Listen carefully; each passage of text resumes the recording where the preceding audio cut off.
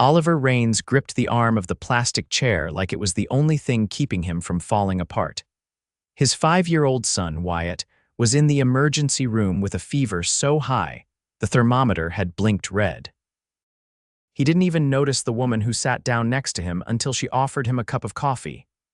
"I figured you could use something warm," she said gently, holding out the paper cup. Oliver blinked, his jaw clenched. "Thanks," he muttered, taking it with a shaky hand. "I didn't even realize I was still sitting." She gave a soft chuckle. "I've been here enough times to know the chairs have that effect." He looked at her then, dark auburn hair tied in a sleek ponytail, tailored navy pantsuit that said power, but a softness behind her eyes that didn't match it. She looked expensive but not cold, like someone who didn't belong in a hospital waiting room at 2 in the morning. "I'm Oliver," he said, mostly because it was something to say. "Jessa," she replied, sipping her own coffee. "Your son?" "Yeah, Wyatt. 5 years old and already finds new ways to scare the life out of me," she smiled. "Kids are great at that. You got any?" "No," she said, her tone dipping a little. "Just me." He nodded and looked ahead at the double doors where no nurse had come out in over 15 minutes. "He's all I've got," Oliver said, more to himself than her. Jessa glanced sideways at him. "You're here alone," he nodded. "I called his mom. She didn't answer, not that I expected her to." Her brows pinched. "I'm sorry." Oliver let out a breath and leaned back. She left when Wyatt was 2. Couldn't handle all the real-life stuff. Jessa stayed quiet, but her gaze softened. He didn't know why he was telling her this. Maybe it was the silence of the hospital or the fact that she wasn't trying too hard to sound sorry for him. Maybe it was just the first time someone actually listened. "You work nights?" she asked gently. "I don't really have a schedule anymore," he said. "I'm a mechanic, run a small garage, but I've had to cut hours just to be there for Wyatt." She nodded slowly. "That can't be easy," he shrugged. "Nothing is easy lately." They sat in silence for a while. The coffee warmed his hands, and her presence, quiet but firm, grounded him in a way he didn't expect. "You don't look like someone who hangs around hospitals often," he said after a while. Jessa smiled. "I don't, but my assistant's daughter had surgery tonight. I came to check in on them." He raised his brows. "Nice of you. It's the least I could do." She didn't elaborate, and he didn't press, but there was something about her polished and calm, but also kind in a way that didn't feel forced. He wasn't sure how long they sat there, but eventually a nurse came out and called his name. Oliver shot up. "Mr. Raines, Wyatt's fever broke. He's sleeping now. We'll keep him a few hours for observation, but he's doing much better." Oliver let out a breath that shook his whole body. "Thank God," he turned to Jessa. "Thank you for the coffee and for sitting here." She stood, smoothing her blazer. "I'm glad he's okay." He hesitated. "I don't know if I'll see you again, but thanks." She smiled softly. "Maybe you will." Oliver watched her walk away down the corridor, heels clicking softly on the tile. He didn't know who she was, but something about her lingered. 3 days later, Oliver was back at the garage, his hands covered in grease, when a sleek black town car pulled into the lot. He wiped his hands on a rag and stepped out, expecting another corporate client. Instead, the door opened and Jessa stepped out in a fitted black coat and heeled boots that probably cost more than his rent. "Jessa," he said, wiping his hands again. "Hi, Oliver," he blinked. "Did something happen?" "Are you okay?" She smiled. "I'm fine. I just wanted to check on Wyatt and maybe see how you're doing." He stared at her, completely thrown off. "You came all the way down here for that." "I was in the area," she said casually, though he didn't believe her for a second. She glanced at the open garage behind him. "You weren't kidding, this is your place." "Yeah, small, but it keeps the lights on, most months." She stepped inside, her heels clicking on the concrete. "It's impressive. You in heels in a garage." "That's impressive." She laughed, and it was the first time he saw her fully relax. "Fair enough." He watched her for a second, still not sure what game she was playing. "You're not just someone's assistant, are you?" She tilted her head. "What makes you say that? That car, that coat, the way you talk like you own the room." Jessa smiled. "You're observant." He crossed his arms, not letting it go. "So what do you do?" "I'm the CEO of Orban Tech." Oliver blinked. "Wait, the tech company?" "The one that just bought out 3 startups last month." She gave a small nod. He stared. "You're worth a lot." "I don't think about it that way." He let out a low whistle. Well, now I feel like an idiot for offering you a coupon for free oil change, she laughed again. I liked that, actually. No one treats me like a normal person anymore, he hesitated. So why are you here? Her gaze turned serious. I like talking to you. You didn't ask for anything. You didn't try to impress me. You just were. He didn't know what to say to that. She stepped closer. I don't know what this is, Oliver, but I'd like to find out. He looked at her, this woman who came from a world of private jets and boardrooms, and for the first time in a long time, he felt something crack open in his chest. Okay, he said. Let's find out. Jessa's eyes scanned the garage walls plastered with faded calendars, handwritten notes, and oil-streaked blueprints. She trailed her fingers lightly across the edge of a rusted metal workbench, the scent of motor oil clinging to the air. Oliver watched her with a cautious curiosity, wiping his hands clean on a rag as he stepped closer. You don't seem like someone who makes surprise visits without a reason. She turned to him with a look that held neither apology nor explanation. I don't. But today felt like an exception. He raised an eyebrow. Why today? Jessa took a breath, choosing her words carefully. Because I had a meeting 20 minutes from here I didn't want to attend, and because I kept thinking about that hospital bench. He leaned back against a red tool cabinet. You ever have a day where you feel like you're in the wrong room? Every board meeting this week, she said without missing a beat. One of the investors kept calling me Jessica. I've worked with him for 3 years. Oliver gave a short laugh. What you do? I presented a pitch so airtight he had no choice but to nod and pretend he understood it. Then I walked out before the meeting ended. His grin widened. You're kind of terrifying. I've been called worse. He tilted his head. You've got this whole empire, and you're out here talking to a guy who spends most days elbow deep in engines. What's the catch? She stepped toward him. Maybe I'm tired of polished conversations and people who only speak when there's a gain to be made. Oliver studied her face, perfectly composed, but there was a tension there, like she was fighting something she hadn't named yet. You hiding from something? I'm trying to remember what it feels like to be seen without a title. He grew quiet. I get that. The sound of a bell jingling near the front pulled his attention. A woman in her 60s entered, peeking around the edge of the office door. Mr. Raines, my car's making that noise again, the one that sounds like a dying lawnmower. I'll be right there, Mrs. Cardenas, he called out before turning back to Jessa. You mind waiting a minute? I'll be here. 15 minutes later, he returned, brushing dust from his jacket. Jessa had wandered to the corner where a battered wooden shelf stood, scattered with framed photos. She picked one up, a picture of him holding a toddler in a ridiculous dinosaur costume. Wyatt. Yeah, Halloween. He insisted on roaring at every mailbox on the block. She smiled, then set the frame down. You raise him on your own. I do now. He didn't elaborate, and she didn't ask. Instead, she reached into her coat pocket and pulled out a small envelope. I brought something. He frowned. What is it? She held it out. An invitation. There's a charity event this weekend. It's nothing formal, just a rooftop dinner for the foundation my company sponsors. I thought maybe you'd come. His brow furrowed. Why me? Because I'd like to see you somewhere that isn't covered in axle grease. He hesitated, glancing down at his work boots. I don't really fit into that kind of thing. I disagree. He took the envelope slowly, weighing it in his calloused hand. I don't have a suit. I'll take care of that, she said, already turning toward the door. He followed her outside, where the car still idled. The driver stepped out and opened the door, but she didn't climb in right away. You're not what I expected, Oliver. Neither are you. She stepped closer, her voice quieter now. I know this might seem sudden, but I don't want to play it safe with this. He looked at her for a long moment, then nodded. Neither do I, but I've got Wyatt this weekend. Bring him. There'll be a kids area. My team thought of everything. He blinked. You planned this before you showed up here. I considered it. That's not the same as planning. She smiled, climbed into the back seat, and the door shut behind her. The car pulled away in a whisper of movement, leaving him standing in the sunlight, envelope in hand. That night, Oliver sat on the edge of Wyatt's bed, reading a story about a pirate who kept getting lost on his own ship. Wyatt, half asleep, mumbled, "Are we doing anything cool soon?" Oliver glanced at the envelope on the dresser. "Yeah, buddy, I think we might be." The next afternoon, he stood awkwardly in a boutique downtown, surrounded by rows of suits he couldn't pronounce. A sales associate approached, holding a garment bag. "Mr. Rains.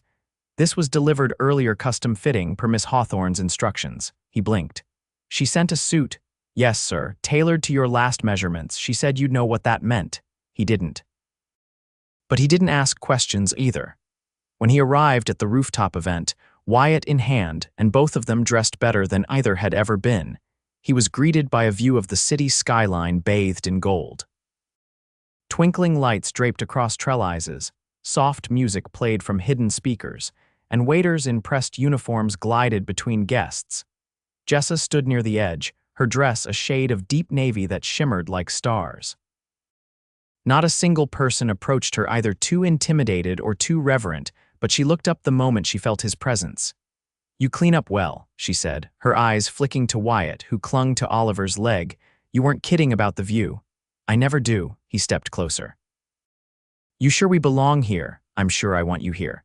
They stood in silence for a beat, the city humming softly below them. Wyatt tugged on her hand. "Are there snacks?" Jessa knelt to his level. "There's a whole table of them." "Want to help me find the gummy bears?" He nodded eagerly, and she led him away with a quiet confidence that surprised Oliver. He wasn't used to anyone stepping into his world without asking him to change it first. And for the first time in years, he felt like maybe he didn't have to stand on the outside looking in. Oliver adjusted the stiff collar of his tailored jacket as he stepped off the elevator into the penthouse lobby of Orban Tech's headquarters. The space was a cathedral of glass and steel, with sweeping views of the city stretching beyond the floor-to-ceiling windows. Wyatt's small hand clutched his tightly, his eyes wide as they took in the gleaming marble floor and the towering metal sculpture near the reception desk. "This place looks like a spaceship," Wyatt whispered. Oliver gave the receptionist a polite nod. "We're here to see Jessa Hawthorne." Before the woman could respond, double doors at the end of the hall opened and Jessa appeared, her heels silent on the polished floor. She wore a charcoal gray blazer over soft silk, her hair pulled back in a way that made her look like a storm about to break. "You made it," she said, her eyes warming as they landed on Wyatt first, then Oliver. "We almost didn't," Oliver said. Wyatt spilled juice on one of his shoes. "Had to switch them out in the car." "They don't match," Wyatt added, holding up one foot proudly. Jessa crouched to his level. "That just means you're ahead of fashion trends." Wyatt grinned and looked around. "Where are the robots?" "No robots, but we do have a vending machine that lights up when you touch it," he gasped. "Can I see?" Jessa turned to a young man passing by. "Travis, would you mind showing Wyatt the break room?" Travis, who looked barely out of college, nodded. "Sure thing." Once Wyatt was out of earshot, Oliver leaned against a nearby pillar surveying the space. "You didn't mention this was your office. I thought we were just getting lunch." "I figured you'd say no if I told you where we were meeting." He folded his arms. "You're not wrong. I wanted you to see this part of my life," she said simply. Oliver glanced around. "It's impressive, but it's a long way from oil stains and socket wrenches." "That's exactly why I brought you here," she said, walking toward a private conference room. "Come on." Inside, the room was quiet and sleek. A tray of sandwiches and sparkling water sat untouched on the table. Jessa gestured toward the plate. "I didn't know what you liked, so I guessed." He picked up one of the sandwiches. "You ever eat anything that doesn't come with a garnish?" "Not often." He took a bite, then pointed at the glass wall. "So this is where the magic happens." "This is where the pressure happens," she corrected, sliding into a chair. "Magic's a bit rare around here." Oliver sat across from her. "You always this honest when you're not surrounded by investors." "Only when I feel like someone's not going to use it against me." He studied her. "You bring a lot of people here." "No, just you." There was a silence that stretched between them longer than either expected. Then Oliver shifted, resting his elbows on the table. "Can I ask you something?" "Sure. Why are you doing this? With me, I mean." Jessa's gaze didn't waver. "Because something about you makes me feel grounded, and I don't get that from anyone else." He blinked, caught off guard. "You've got a world most people dream about, but you want." "What? Normal?" "I want real," she said. "Real comes with a mess," he warned. "I'm not afraid of messy," she replied. "I'm afraid of empty." Before he could respond, the door cracked open and Travis poked his head in. Sorry to interrupt. Wyatt said he found a button that turns the microwave blue and now he thinks it's magic. Oliver stood. Sounds about right. I'll bring him back in a sec, Travis said, disappearing again. Jessa stood too. I know this is fast, and I know we come from different planets. But I like the way I feel when I'm around you and your son. Oliver turned to face her. And what happens when this stops being interesting? When the novelty wears off and I'm just the guy who doesn't understand your world. Then I'll show you mine, she said, stepping closer, and you'll show me yours. That's how it works. He looked at her, caught between disbelief and something warmer. You really want to try this? I think I already am. The door opened again, and Wyatt barreled in holding a can of soda he definitely didn't need, his eyes bright. Dad, the microwave talks, Oliver laughed, catching the can before it hit the floor. That's great, buddy, Jessa smiled. I have a rooftop garden upstairs. Want to see it? Can I race you? Wyatt asked. She nodded. Only if you think you can win. They left the conference room together, Wyatt darting ahead while Jessa and Oliver followed at a slower pace. As they walked, she slipped her hand into his. He looked down at her fingers twined with his, a quiet thread of warmth curling in his chest. He didn't say anything. He didn't need to. The rain fell in thin sheets as Oliver guided Wyatt under the awning of the Midtown Children's Museum, his umbrella barely holding up against the wind. Jessa stood just inside the entrance, already waiting, dressed in a dark trench coat and boots that didn't look built for puddles. Her hair was loose today, and something about that made Oliver's chest tighten unexpectedly. You two look like you wrestled a hurricane, she said, brushing droplets from Wyatt's jacket as he bounded past her and into the museum lobby. Oliver shook out the umbrella. We almost didn't make it. My truck's defroster gave out halfway here. You should have called me. I'd have sent a car.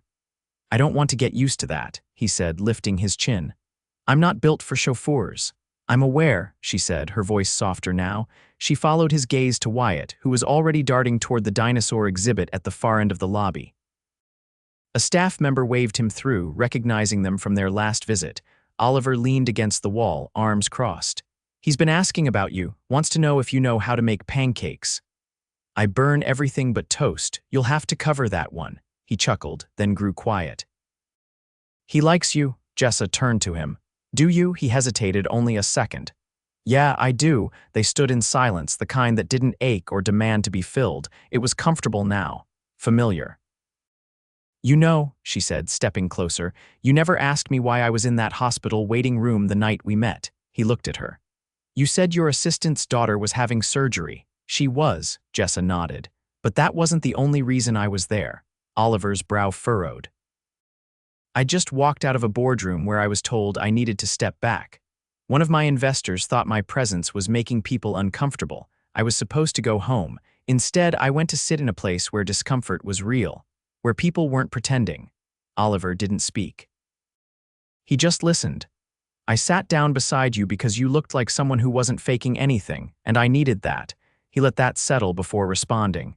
You don't give up much, do you? Not unless it matters. He stepped forward, lowering his voice. And this. Does this matter? It scares me how much it does.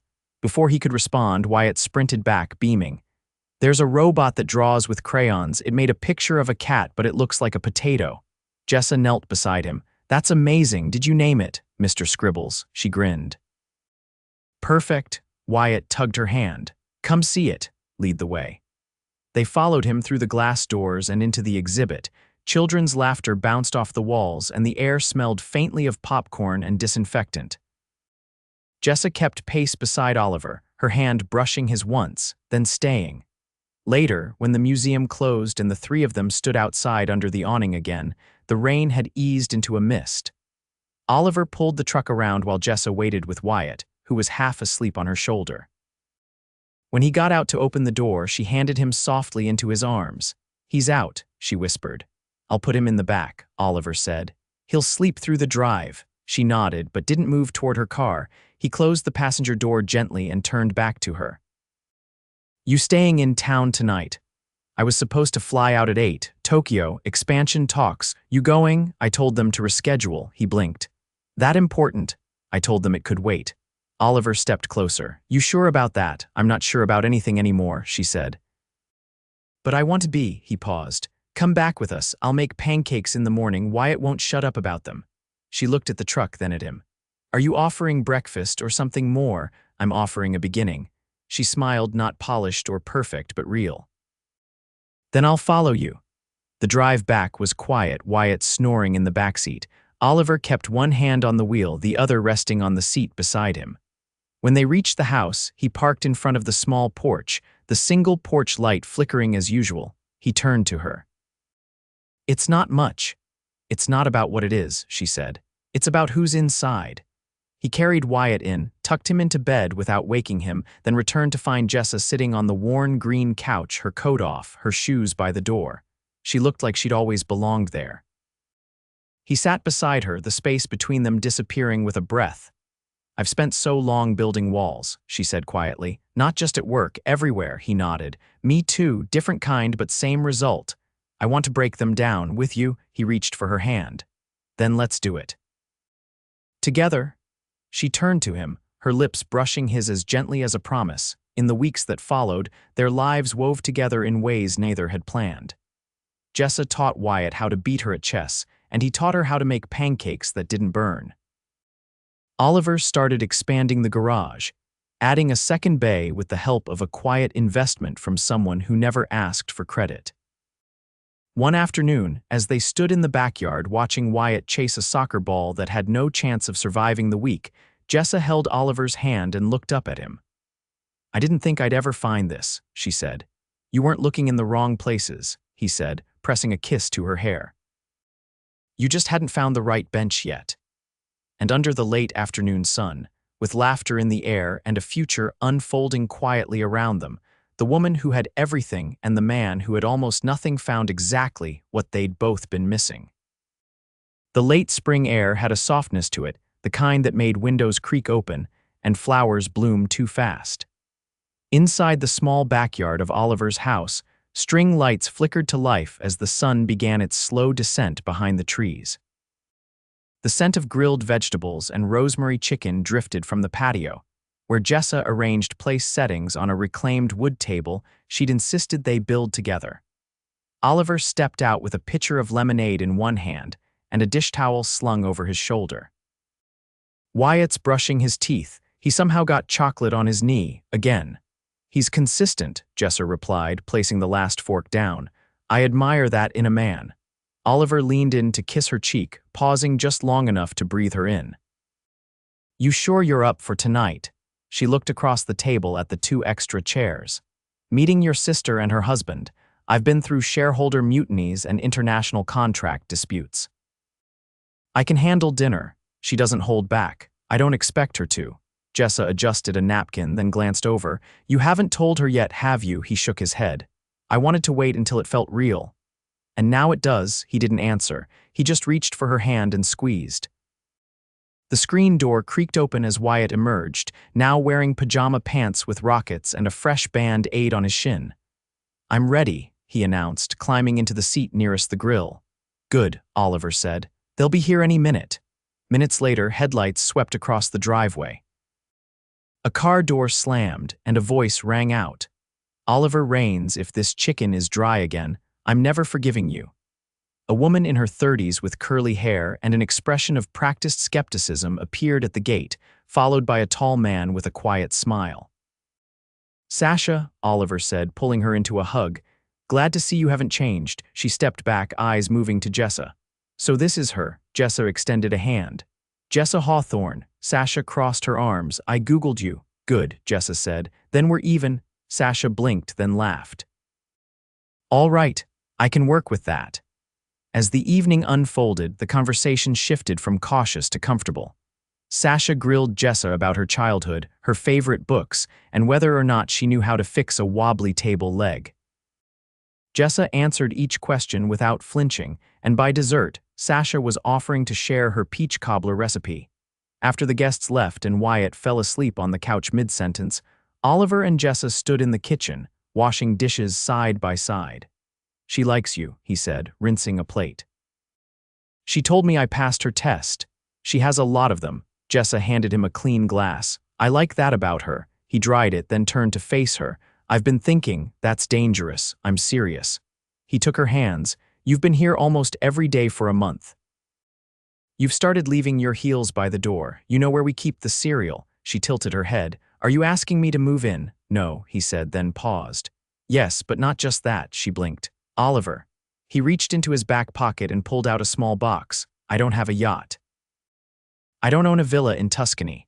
But I have you. And you're the only thing in this world that makes me want to build a future that feels bigger than what I've known. Her hand flew to her mouth as he opened the box to reveal a ring simple, elegant, exactly her. I don't want a world without you in it. Will you marry me? She didn't answer right away. Instead, she stepped forward and kissed him, long and deep and quiet. When she pulled back, her voice was thick. You're right. We aren't from the same world, but we built our own. And yes, Oliver Raines, I'll marry you. The ring slid on her finger like it was meant to live there. He wrapped his arms around her, holding her like everything he'd ever lost had finally come back. 6 months later, the backyard bloomed with white roses and twinkling lights. Friends and family filled the space, including Sasha, who delivered a toast that made everyone laugh and cry in equal measure. Wyatt stood proud in his tiny tuxedo, holding the rings and announcing loudly that he approved of the whole thing. Jessa walked down the aisle in a gown that shimmered like dusk, her eyes locked on Oliver's. No fear, no hesitation, just love. They exchanged vows under the same tree that Wyatt had once climbed and fallen out of, and when they kissed, the entire backyard erupted into applause. Later, after the cake had been cut and the last dance ended, Oliver carried Jessa over the threshold of their new home, a renovated farmhouse just outside the city, with a garage big enough for him to expand, and a library nook she filled with first editions. She stood in the doorway, barefoot and glowing, watching Wyatt race down the hall with a cape made from the wedding tablecloth. Oliver came up behind her, wrapping his arms around her waist. Still sure you want this? She leaned back against him. I've ruled empires, but this is the only thing I've ever been certain of. And there, beneath a roof they now called their own, surrounded by laughter and the quiet hum of something finally right, Jessa and Oliver began the next chapter of their lives where love wasn't about grand declarations or perfect timing, but about showing up every day with open hearts and steady hands. Together forever.